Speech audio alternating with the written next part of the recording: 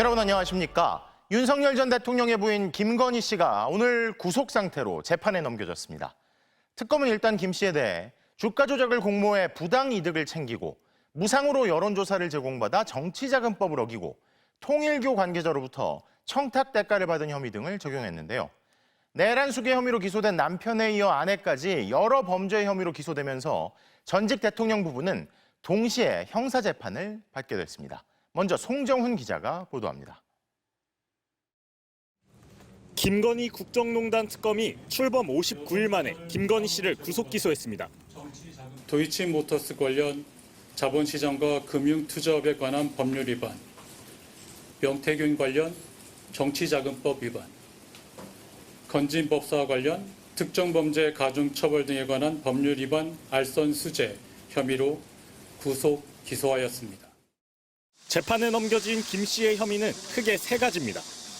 첫 번째는 도이치모터스 주가 조작 의혹으로 김 씨는 권오수 회장, 이종호 전 블랙펄 인베스트 대표 등과 함께 주가 조작을 공모해 8억 원대 부당 이득을 챙긴 혐의를 받고 있습니다.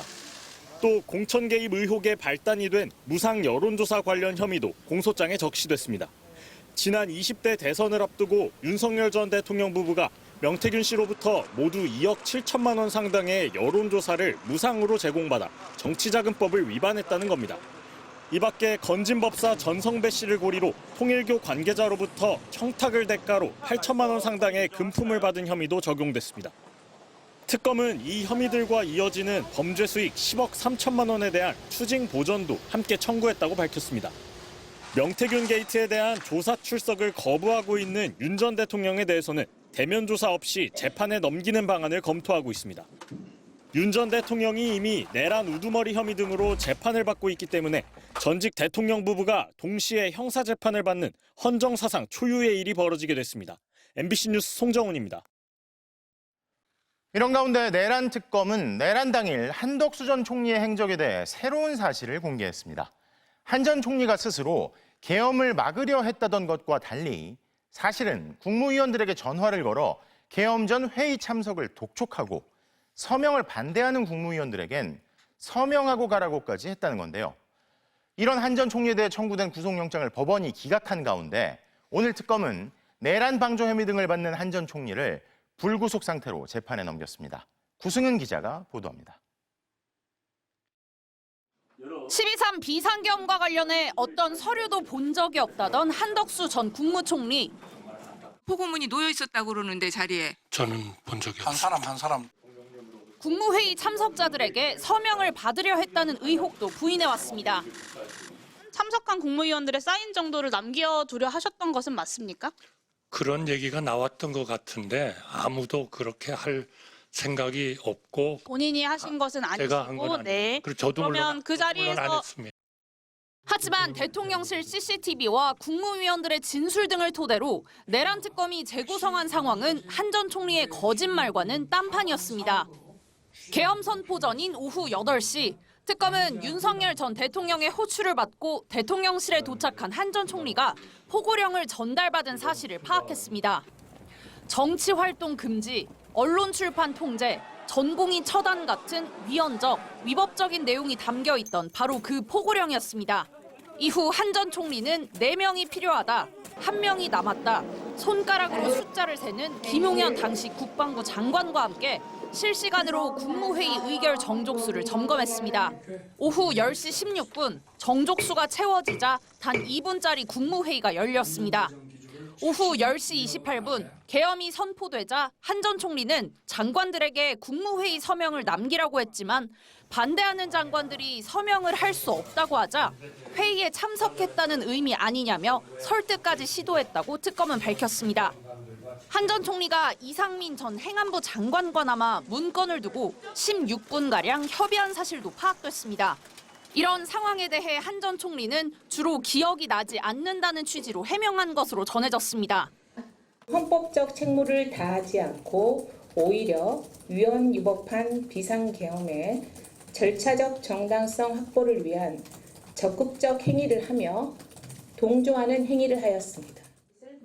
특검은 계엄이 과거 친위 쿠데타와 같이 성공할 것이라는 생각에서 비롯된 행동으로 보인다며 내란 우두머리 방조, 허위 공문서 작성, 위증 등 6개 혐의를 적용해 한 전 총리를 재판에 넘겼습니다. MBC 뉴스 구승입니다. 북한 김정은 위원장이 중국 전승절 열병식에 참석하기 위해 베이징으로 갈 때 열차를 탈지 아니면 비행기를 탈지 관심이 쏠립니다. 어떤 교통수단을 선택하느냐에서 북한의 상황이나 김 위원장의 메시지를 읽을 수 있기 때문인데요. 이번에는 뭘 탈지 베이징 이필희 특파원이 따져봤습니다. 북한 김정은 국무위원장의 전용기 참매 1호입니다. 우리나라에서 예로부터 활용해온 대표적인 꿩사냥매의 이름을 땄습니다.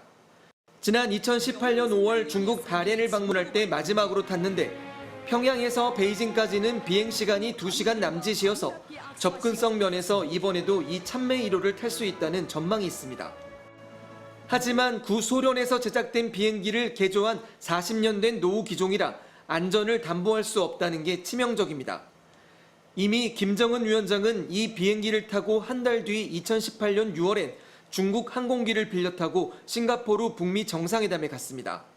항공산업이 아주 발전해 있는 국가가 아니기 때문에 여러모로 비행기를 사용한 이동은 안정성은 좀 떨어진다고 봐야겠죠. 이 때문에 열차 이용에 무게가 실립니다. 1호 열차로 불리는 김 위원장의 전용 열차는 폭탄 테러도 견딘다는 방탄 철판과 방탄 유리도 유명하지만 실시간으로 항로가 파악되는 비행기와 달리 예비 열차를 동시에 운용하고 수시로 선로를 바꾸면 추적을 피할 수 있습니다. 중국 항공기를 빌려 탔던 북미 정상회담 이후엔 해외 방문에 모두 열차를 탔습니다. 2019년 북중 정상회담 때는 베이징까지 20시간, 같은 해 베트남 하노이 북미 정상회담 땐 2박 3일간 무려 66시간을 열차로 달렸습니다.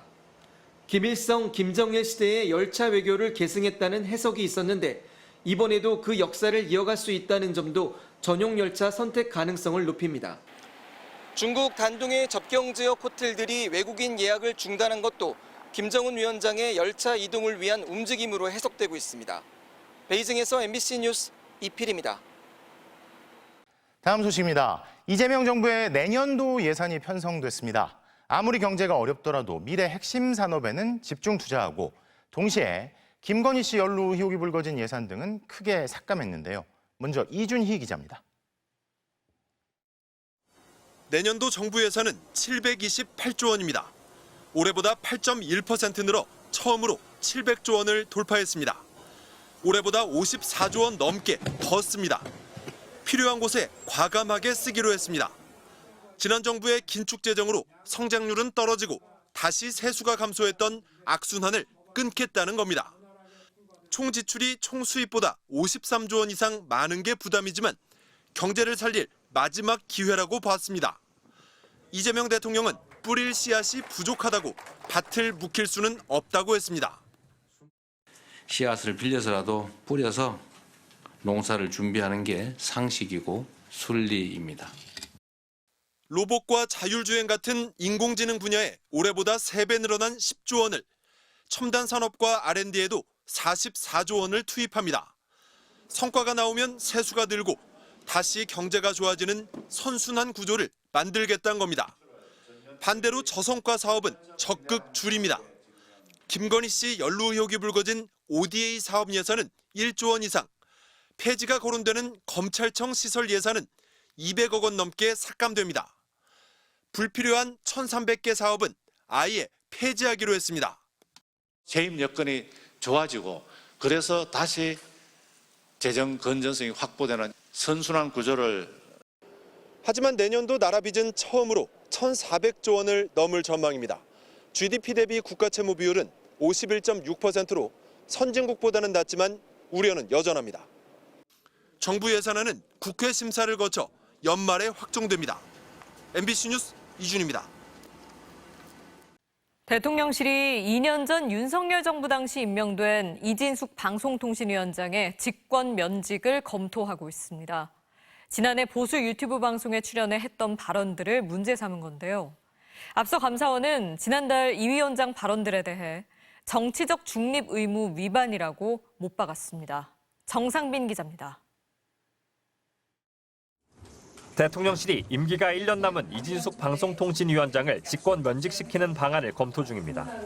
아무래도 정치중립 의무 위반 같은 경우는 상당히 심각한 사항으로 방송통신위원장 직권 면직을 검토하고 있는 것은 사실입니다.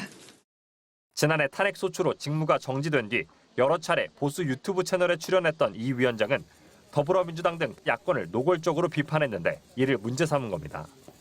가짜 좌파들과는 싸워야 한다고 강조했고 가짜 좌파들하고는 우리가 싸우는 전사들이 필요하다 실질적으로.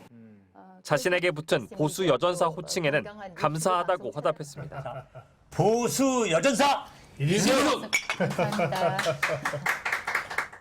이 위원장은 또 더불어민주당 등 진보 세력을 싸잡아 비판하기도 했습니다. 민주당이나 이 좌파 집단은 우리가 상상할 수 있는 모든 것을 하는 집단이다.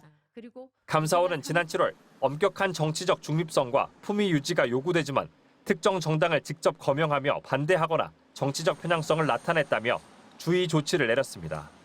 이 위원장은 이 밖에도 대전 MBC 사장 시절 법인카드 유용, IMBC 주식 보유 등 공직자윤리법 위반 의혹도 받고 있습니다.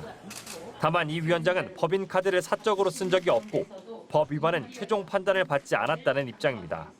이진숙 위원장의 면직 여부와 별개로 여당은 기존에 추진하던 방송통신위원회 개편 법안을 다음 달까지 국회 본회의에서 통과시키겠다는 계획입니다. MBC 뉴스 정상빈입니다.